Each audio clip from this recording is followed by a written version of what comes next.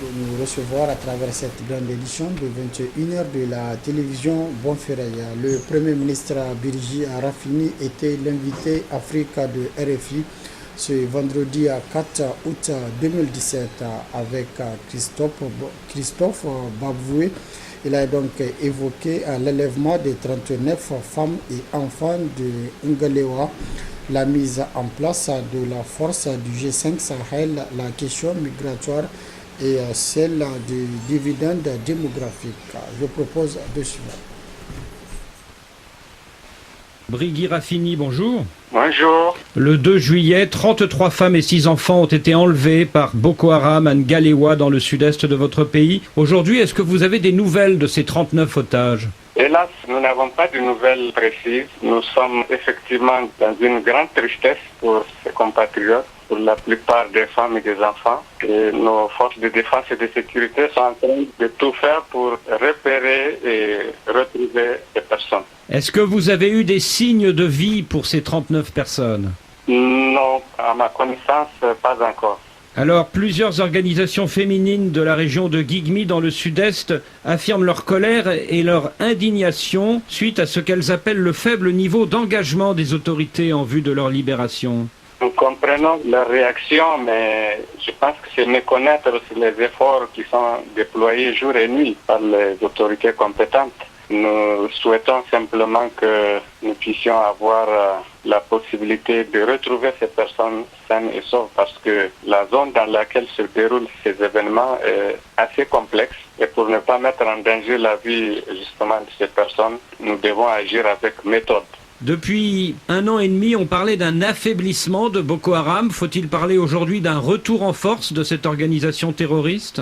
À mon avis, il s'agit d'actions d'éclat. Avec le dispositif qui est actuellement déployé dans cette zone, il me paraît difficile qu'ils aient encore les capacités qu'ils avaient pendant un certain temps. Autre menace terroriste, celle venue du Nord Mali. Le 2 juillet à Bamako, vos 5 pays du Sahel ont décidé de créer une force conjointe. Où en est-on aujourd'hui ? Oui, en tout cas, je suis en très bonne voie. Je pense que les choses se mettent en place progressivement. Ce n'est pas une question de course de vitesse, c'est un dispositif qui va se mettre en place pour que dans la durée, nous puissions avoir des résultats durables.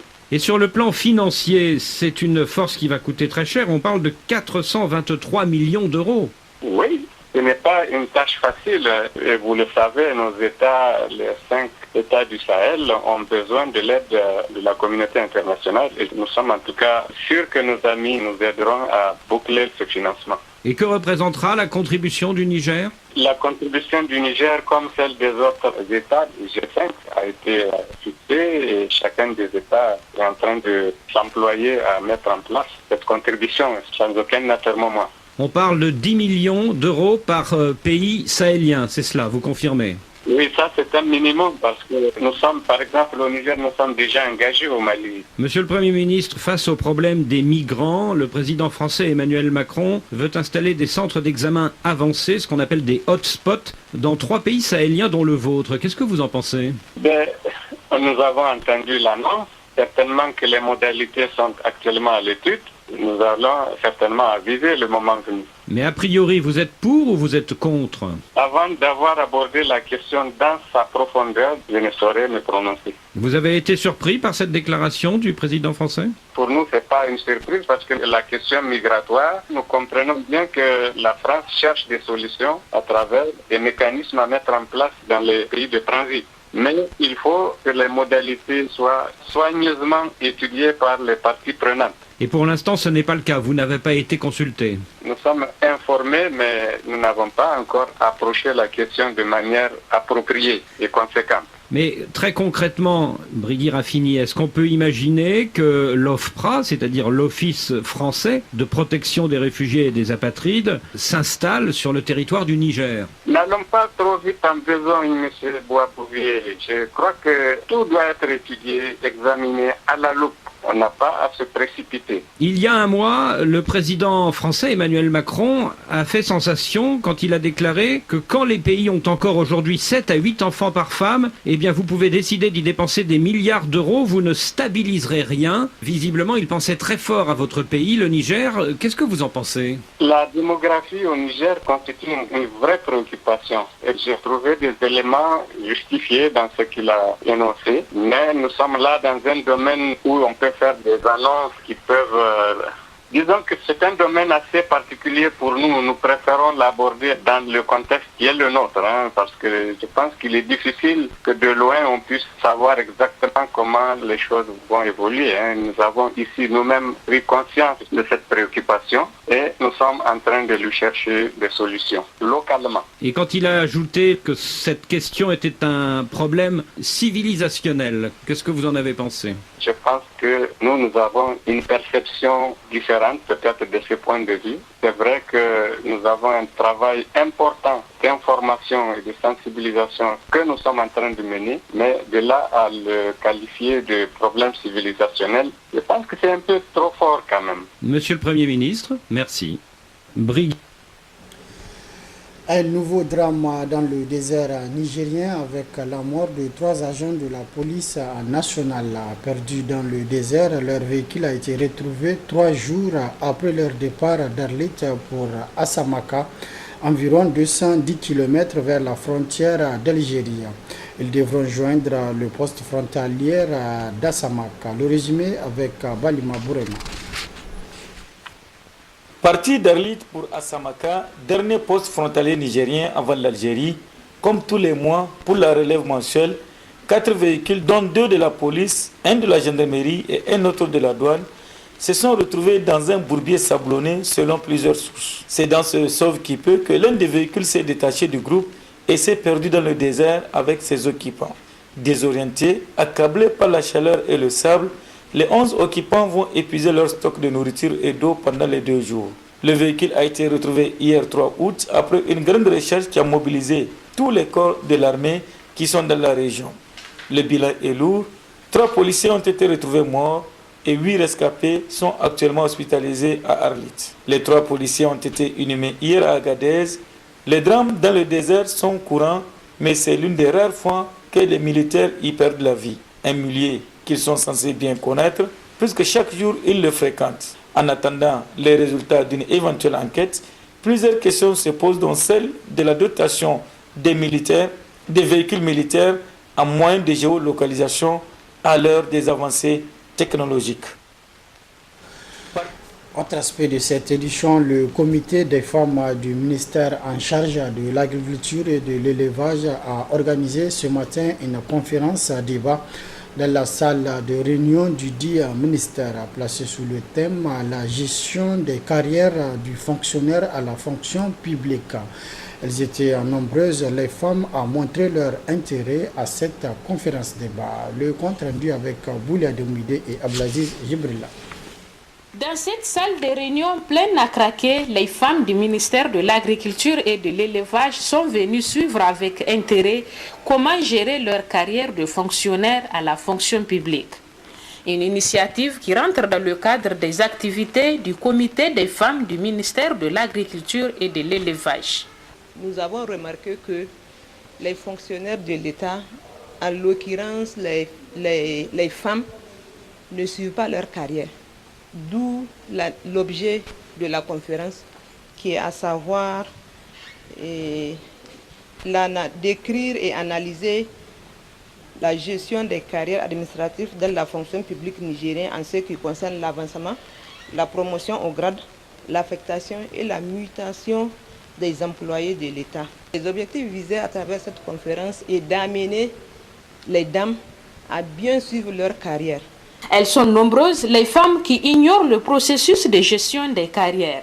Un processus qui a été expliqué en long et en large par un éminent conférencier à la grande satisfaction des organisatrices. Vous n'êtes pas sans savoir qu'au niveau de l'administration nigérienne, la gestion des carrières est très importante pour bien préparer une bonne retraite. Et si elles n'ont pas suivi leur carrière, la retraite sera un peu maigre.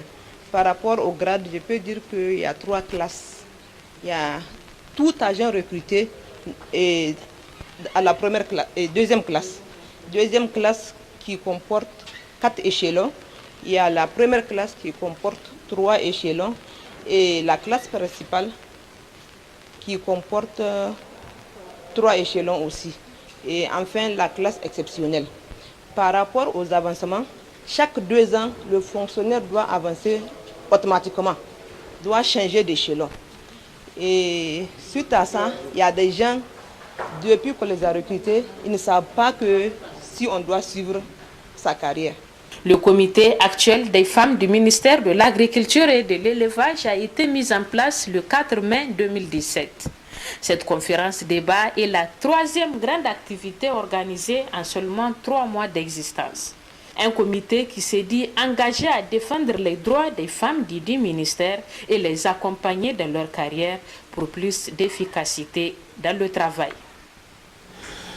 Au terme de l'atelier de consolidation sociale et de l'autonomisation des populations rurales organisé par le club Dimitra qui s'est donc tenu du 2 au 4 août 2017 à Niamey, les participants se sont rendus à Gasseda, village situé dans la commune de Danchandou, où ils ont procédé à la plantation de plusieurs arbres fruitiers. C'était en présence de nos 2 reporters, Soumana Karimoun et Mohamed Djourou pour les précisions.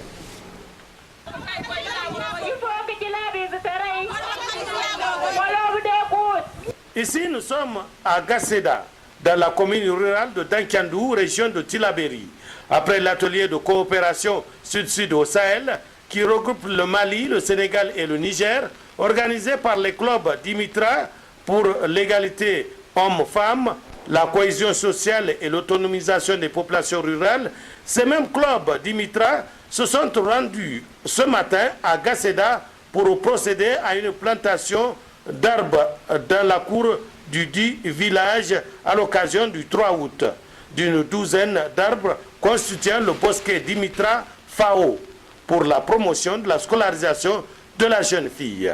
Aujourd'hui, c'est une très belle occasion parce que nous sommes dans le cadre de la coopération Sud-Sud et les délégations du Mali et du Sénégal ont l'opportunité de vivre et de voir eux-mêmes la dynamique d'un typique de club Dimitra au Niger. Il faut le rappeler que le Niger, en effet, c'est le pays avec le plus grand nombre de clubs Dimitra à niveau international. Il y a, y compris, plus de 30 000 membres en total. Les plaques suisses, c'est une commémoration aussi pour nos collègues de la FAO. On a aussi planté des arbres pour notre directeur général de la FAO, qui est déjà venu ici et a vu aussi l'activisme et la dynamique de l'approche des clubs Dimitra. Mais auparavant, c'est le ministre du Développement communautaire qui a d'abord prononcé son discours officiel d'ouverture dans lequel il a rappelé la commémoration de la fête de l'indépendance symbolisée par la fête de l'arbre. L'impact de l'approche des clubs Dimitra en termes d'autonomisation et de mobilisation communautaire a connu inéluctablement un important succès par la FAO au plus haut niveau. Pour cela, mon département ministériel, tutelle par excellence des ONG et associations, se fera le plaisir de cerner davantage afin de l'inscrire comme stratégie d'implication effective des populations locales dans les projets et programmes de développement. Le thème de cette année est l'arbre dans les champs, facteur d'accroissement de la production agricole. Peu après, les clubs Dimitra du Mali, du Sénégal et du Niger se sont rendus dans les champs aménagés à cette occasion, où plusieurs arbres fruitiers sont en train d'être plantés par les différentes délégations. 2 espaces ont été aménagés pour les 2 pays, le Mali et le Sénégal, lesquels ont trouvé cet acte très solidaire. Et qu'en fait, nous nous sommes inspirés de notre cher pays frère, le Niger, qui a démarré cette action, cette méthodologie, beaucoup plus que nous, bien avant que nous. Nous avons emboîté les pas, nous sommes dans le processus. Nous en sommes aujourd'hui à 80, voire 100 clubs déjà installés au Sénégal. dans la zone, dans la région donc, du Sénégal oriental, notamment dans les zones de Koussanar et même au niveau de la région de Kolda, à Vélingara, et également dans la vallée du fleuve Sénégal, où les clubs Dimitra sont en train d'émerger, de faire des réalisations, de faire des concrétisations dans le domaine de l'environnement, dans le domaine de l'adaptation au changement climatique et même des résiliences. Un espace réservé pour le Mali, vraiment, c'est quelque chose qui est très réconfortant. Nous sommes très ravis et nous nous sentons comme chez nous. Parce que déjà, quand on a un espace dans un pays frère et ami, donc on se sent comme on est chez soi. Donc vraiment, nous remercions les autorités nigériennes pour avoir pris l'initiative, vraiment, de réserver un espace pour le Mali. Et nous osons espérer que l'arbre qu'on a planté sera bien entretenu et que l'année prochaine, dès qu'on sera là, qu'on trouve cet arbre en train de végéter comme souhaité. Juste après la pause, les différentes délégations se sont rendues dans le village de Gasseda pour rencontrer les différents groupements de femmes pour un partage d'expérience. Vers 17h, Dimitra Fawo, composé d'Andrea et Eliane, se sont rendus à Banzumbu, où se trouve un grand jardin appartenant au groupement des femmes, dans lequel elles cultivent du sésame, du gombo, du moringa et des oignons. Grâce à ces activités génératrices de revenus, leur coopérative se porte aujourd'hui à merveille. Grâce à leur bonne organisation, ces dernières reçoivent chaque année de la part des partenaires des aides de toutes sortes. Vers le soir, les différentes délégations ont regagné Niamey de l'espoir de revenir un jour trouver ces arbres fruitiers, grandir et donner aux hommes ce qu'ils ont de plus cher à offrir. Le reportage de cette édition est consacré à l'utilisation de l'Internet mobile, un service de téléphonie mobile qui prend de plus en plus d'ampleur dans la vie quotidienne de bon nombre des Nigériens. Alors, que pense-t-il de la prestation de l'Internet mobile? C'est à cela qu'ont tenté de répondre Youssouf Haïdara et Rabi Abdoulaye dans ce reportage. L'utilisation de la téléphonie mobile est devenue partie prenante de la vie quotidienne des Nigériens, surtout en ce qui concerne le service data Internet. Les utilisateurs, chacun en fonction de sa préférence des fournisseurs mobiles d'Internet, apprécient la qualité de la connexion Internet mobile au Niger. La connexion n'est pas si mal. Oui, j'utilisais le 3G d'Orange Niger parce que auparavant c'est la connexion la plus rentable, si je peux le dire pour moi, par rapport aux autres.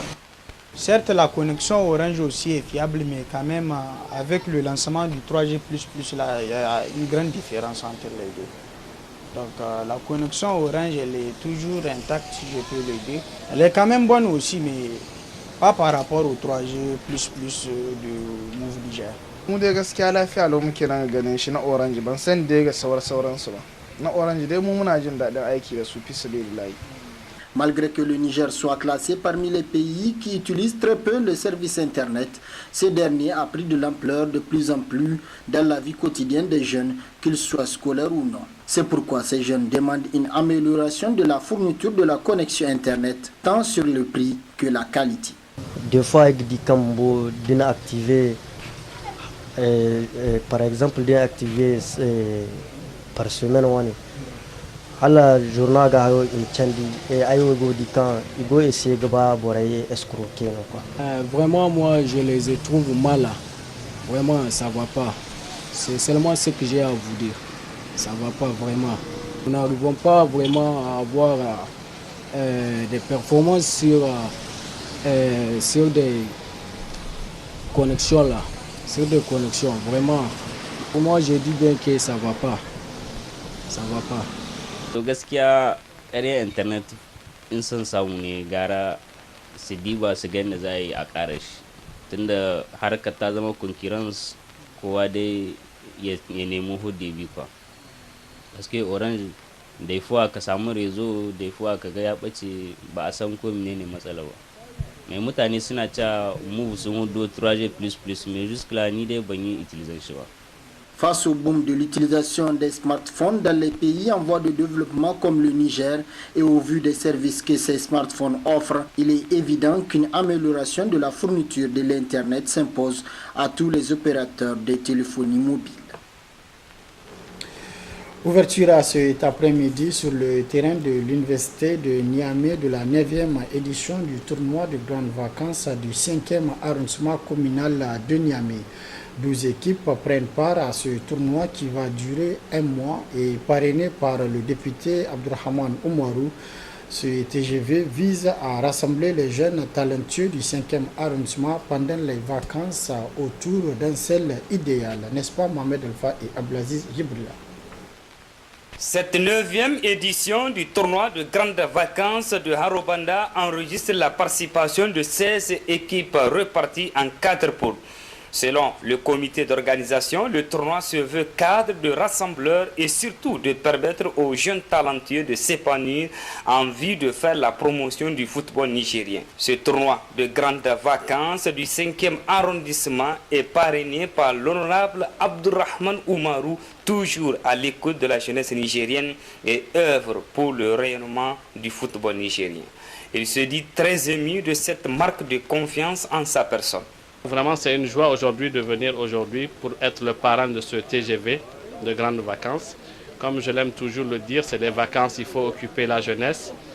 Et comme j'aime toujours le dire aussi, c'est qu'il y a eu un message fort du chef de l'État qui disait qu'il fallait qu'on cherche partout où les talents se trouvaient pour pouvoir vraiment les aider à sortir du trou, comme on le dit souvent. Donc c'est pour ça, aujourd'hui, je parraine un peu partout les TGV dans la capitale afin d'occuper la jeunesse, mais surtout c'est pour permettre aux talents de s'exprimer, pour que demain, ils puissent aussi être nos futurs alphagas qui puissent servir la nation et le drapeau. Quant aux représentants du maire de l'arrondissement communal Niamey 5, il exhorte les équipes participantes à cultiver le fair play pour la bonne réussite du tournoi. Aujourd'hui, pour nous, dans le 5e arrondissement, c'est une fête de la jeunesse. Et au nom de cette jeunesse et au nom de l'ensemble des concitoyens du 5e arrondissement, j'aimerais remercier le promoteur de ce tournoi pour que chaque année ou bien chaque 3 mois, si nous voulons voir ce genre de fête dans notre arrondissement communal de Niamey 5. Donc, je souhaite bon succès à ce tournoi et que le meilleur gagne. Durant un mois, les 16 équipes participantes s'affronteront dans une forme époustouflante pour émerveiller les passionnés du ballon rond sur la pelouse de l'université de Niamey. Le match d'ouverture oppose l'équipe de l'Étoile Academy FC de Taladje en rouge à celle de Chigaba habillée en blanc.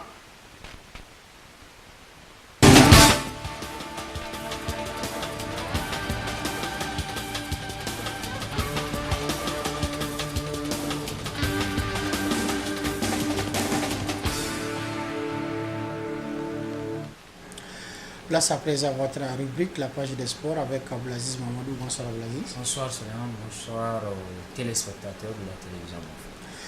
Nous débutons la page des sports avec la finale de la Coupe nationale de football édition 2017 jouée hier entre le SAS Sporting Club et AS de Sonidep. Oui, le club le plus titré du Niger a encore frappé hier dans la finale de la Coupe nationale édition 2017 délocalisée cette année du côté du stade régional de Dosso. Le Sahel Sporting Club et en tout cas possède le plus grand nombre de titres de champion, le plus grand nombre de titres de vainqueurs de Coupe nationale et de titres de Supercoupe, 6 participations à la Ligue des Champions avec 3 fois arrivé au stade du second tour, 4 participations à une Coupe CAF dont la dernière expérience remonte en 2014 où le Sahel a éliminé Mouloudia AC avant d'être éliminé à son tour par 11 créateurs du Mali. La Sonidep donc n'a pas pu en tout cas gagner sa deuxième finale en 3 ans d'existence seulement. On se rappelle lors de sa première année de création, Le club est monté en première division et a remporté la Coupe nationale, représenté le Niger à la Coupe CAF. Hier 0-0 à l'issue du temps réglementaire et 3-0 à l'issue des séances de tir au but. Le Sahel doit donc cependant renforcer son effectif pour attaquer la Coupe CAF prévue donc pour la saison sportive 2017-2018. Et puis la saison sportive 2016-2017 de football s'achèvera, Inch'Allah, demain samedi 5 août 2017 à Ottawa, n'est-ce pas, Blaise? Oui, à Ottawa, où le Racing FC, qui a terminé 13e du championnat national de football, défiera Espoir FC, finaliste malheureux de la finale du championnat national 2D qui s'est joué la semaine passée à Dosso. Espoir FC, Racing FC, stade régional de Ottawa pour une place en Ligue 1 de football. Racing, je le disais, terminé 13e avant-dernier du championnat national, mais a une chance de se racheter pour rester à l'élite du football nigérien. Quant à Espoir FC, qui a quitté cette Ligue 1 l'année passée, le club tentera du moins de faire tomber Racing FC de Bukoti, mais attention à Racing FC qui en tout cas a fait traîner les grands clubs de la première division, à savoir le Sahel Sporting Club et l'Olympique FC. En aller-retour, ce club a tenu tête haute à ces deux clubs, en tout cas de nom historique du football nigérien. Espoir qui a perdu la semaine passée, je le disais, en finale face à la JST qui retrouvera la Ligue 1, aura aussi sa carte à jouer en tant que club de deuxième division. Du football au basketball, la finale hommes et dames de la Coupe nationale, cette fois-ci du basketball, et c'est demain à 16h, Inch'Allah, au stade municipal de Niamey. Et la première affiche en dames mettra aux prises ASBIA au club STT. C'est la finale remède de l'année passée. STT l'a remporté. ASBIA tentera de prendre sa revanche. Et en homme, c'est aussi la finale de l'année passée entre l'AS Nigelec et Azaf. L'AS Nigelec l'a remporté l'année passée. Azaf tentera aussi de prendre sa revanche. Donc ça sera demain au stade municipal de Niamey et ces deux finales à ne pas rater du tout. La fête de l'indépendance toujours à l'œuvre avec la Fédération nigérienne de triathlon qui veut aussi marquer son empreinte à travers cette fête.